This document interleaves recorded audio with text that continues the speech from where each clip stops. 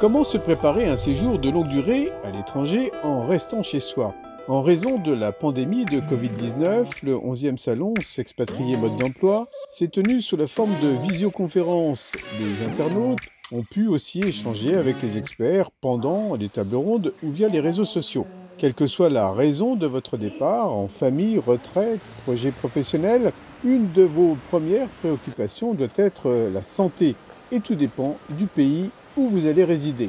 Comment se renseigner? Vous allez sur le site du CLES, www.cles.fr, et vous allez avoir une présentation des régimes de sécurité sociale de tous les pays et surtout savoir si ce pays est lié à la France par un accord de sécurité sociale, que ce soit dans le cadre des règlements européens de coordination, donc dans la zone euro, dans l'espace économique européen ou à la Suisse, ou un pays qui est lié à la France par un accord bilatéral de sécurité sociale. Il y a quand même 41 pays qui sont liés à la France par un accord bilatéral de sécurité sociale, ou un pays tiers où il n'y a pas d'accord de sécurité sociale. Et en fonction du pays où vous allez vous expatrier, votre couverture maladie va être différente.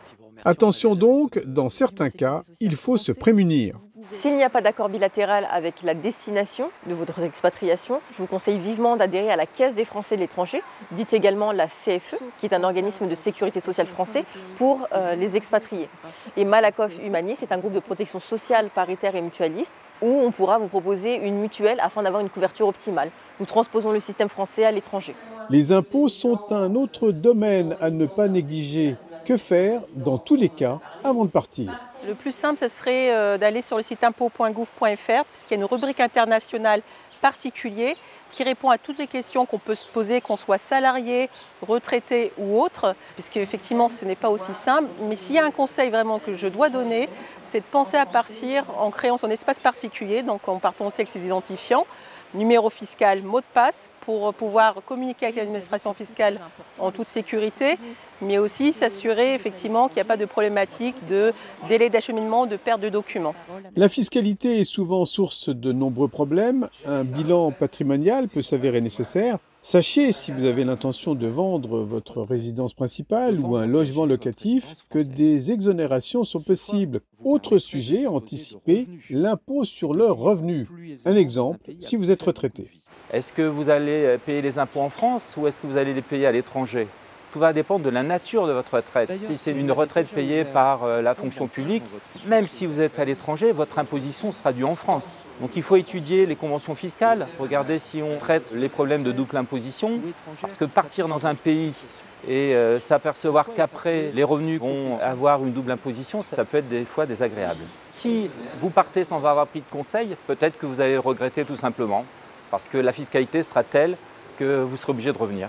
En tant que retraité, vous pourrez naturellement percevoir vos allocations où que vous soyez, mais n'oubliez pas d'informer de votre changement d'adresse. Quant aux actifs, ils peuvent continuer de préparer leur vieux jour. Rendez-vous sur le site de l'assurance retraite. Si vous êtes actif et que vous allez travailler à l'étranger, il faut préparer ce départ à l'étranger déjà en vous renseignant sur le pays d'expatriation. Parce que la France a signé un certain nombre d'accords internationaux de sécurité sociale qui vont pouvoir à ce moment-là prendre en compte ces périodes effectuées à l'étranger. Alors par exemple, on a un accord avec les États-Unis, la Corée, le Japon, le Gabon, l'ensemble des États membres de l'Union européenne. Si vous allez dans un pays en dehors de ces pays avec lesquels il y a un accord, ces périodes ne pourront pas être prises en compte dans le calcul de votre future retraite. Mais si vous souhaitez continuer à cotiser en France pour votre future retraite, à ce moment-là, il vaut mieux s'adresser auprès de la Caisse des Français de l'étranger et de souscrire à une assurance volontaire en matière de retraite. Dans tous les cas, vous l'avez compris, une expatriation se prépare. Il faut faire un bilan juridique et matrimonial. Prenons le cas d'une famille. Que faire? Il faut savoir comment la famille va exister après l'expatriation. On peut avoir une partie de la famille qui part, une partie de la famille qui reste. On va se retrouver avec peut-être des biens dans le pays qu'on quitte, des biens dans le nouveau pays. Donc la famille et les biens vont se retrouver répartis à travers le monde. Et la grande question qu'il faut se poser, c'est comment articuler les règles qui vont s'appliquer aux différentes personnes et aux différents biens dans les différents pays.